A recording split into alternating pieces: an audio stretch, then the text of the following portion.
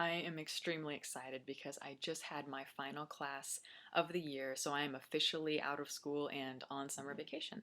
And summer vacation usually for me means I get to watch lots of movies, if you can't already tell, and or movies that I don't watch usually during the year.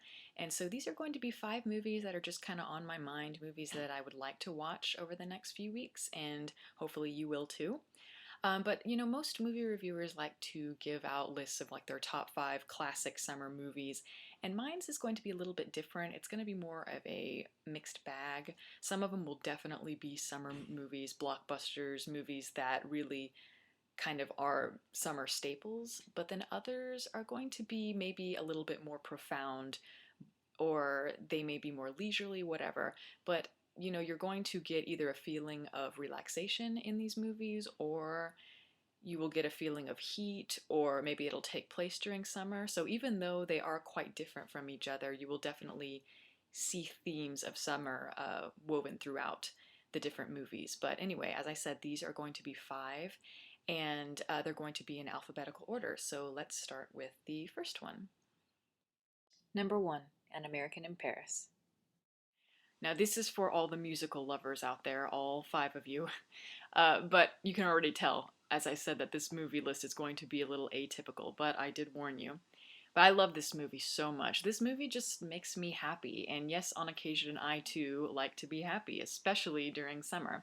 But this movie just makes you feel happy because it's out of that MGM musical canon of the 1950s that is completely dated and so obscure compared to the type of stuff that we watch now.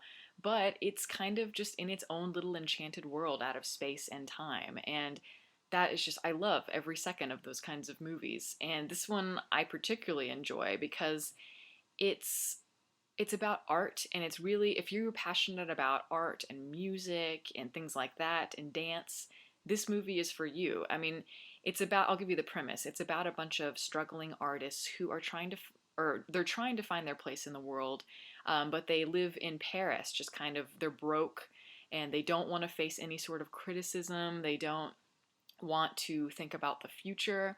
They just want to be in the most magical city on earth, that is Paris. And I don't blame them, honestly. But yeah, that's the premise. The movie doesn't actually, it's not filmed in Paris.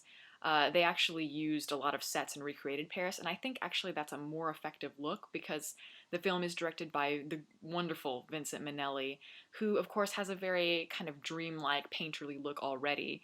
And so the film, the look of it is inspired by the French painters of the era. And everything about this movie is top notch. The costumes and the sets are absolutely gorgeous and elaborate. The dancing is brilliant. Gene Kelly stars in this film, and he is at the height of he is at the height of his power in this movie. And this is right before he did Singing in the Rain. Um, and also, I mean, one of the great things about this movie is that, if you can't already tell from the title, An American Paris, this movie uses all of the music out of the George and Ira Gershwin catalog of music. And I am a huge Gershwin fan, and some of the great American songs, great American music ever written comes from George Gershwin. And I mean, it's got everything that he kind of wrote throughout his career. I mean, it's got the more kind of slinky and sexy jazz tunes, but it's also got the more lyrical and then the grand sweeping themes, such as the American in Paris Ballet, which is at the very end of the film. But just so much of this movie works so well. I mean, now, is it a perfect movie? No. I mean, it's not Singing in the Rain.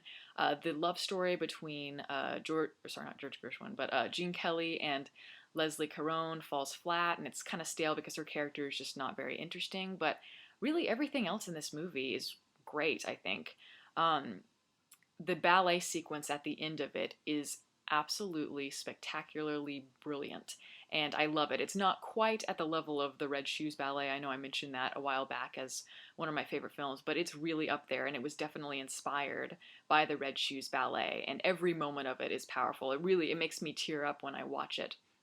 Um, and with the music going and Gene Kelly and all of that. And this is one reason that I do love this movie, even though it's not perfect. It's a collaboration between some of the great American artists of the 20th century. I mean, as I said, Gene Kelly, one of the great innovators of dance and one of the great dancers of all time. And then you've got George Gershwin and Oscar Levant, who is a wonderful, very snarky TV personality and also a classical musician. So if you're really into just kind of the passion for life and art and that sort of thing, this movie is definitely for you.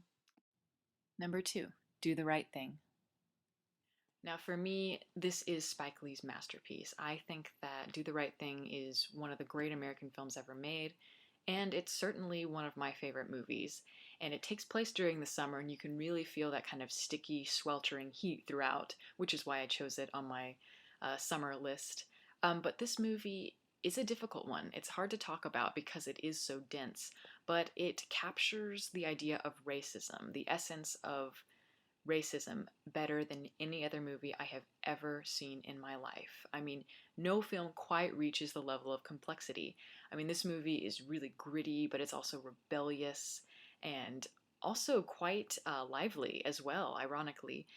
But, as I said, I mean, race is a touchy issue. It's hard to talk about, and so many people try it and they fail. I mean, particularly Hollywood, as we know.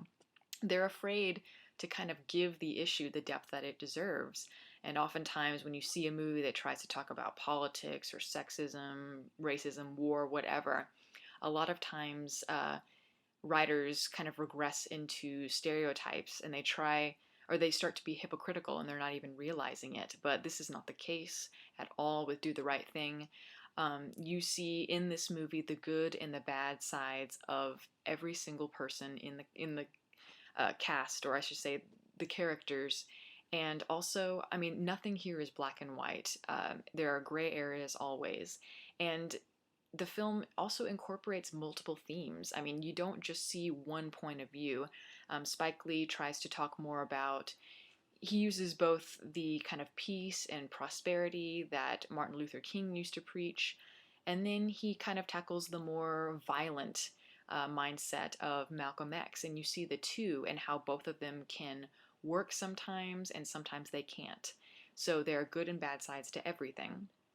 And this movie, I mean, it's got all these very, very heavy issues going on here, and the movie could have easily been bogged down by all of that, and it could have been very grim and lethargic.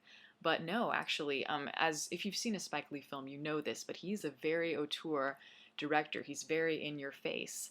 And so everything here has such a wonderful vibrancy. The colors really pop on screen, and it's almost like an adrenaline kick while you're watching it. I mean, because it's got just a wonderful feeling of like this hip hop culture and all of that.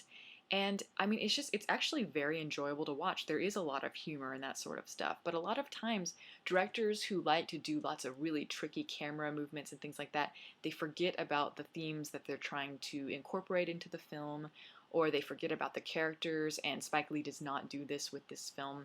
There's always something going on. There's more always than meets the eye in every single frame. So if you have not seen this movie, you need to see it, number one, but you also need to see it multiple times because with any great movie, it deserves multiple viewings because there's so much to take in at once. But if you are a movie fan, you owe it to yourself to watch a movie that is of this caliber.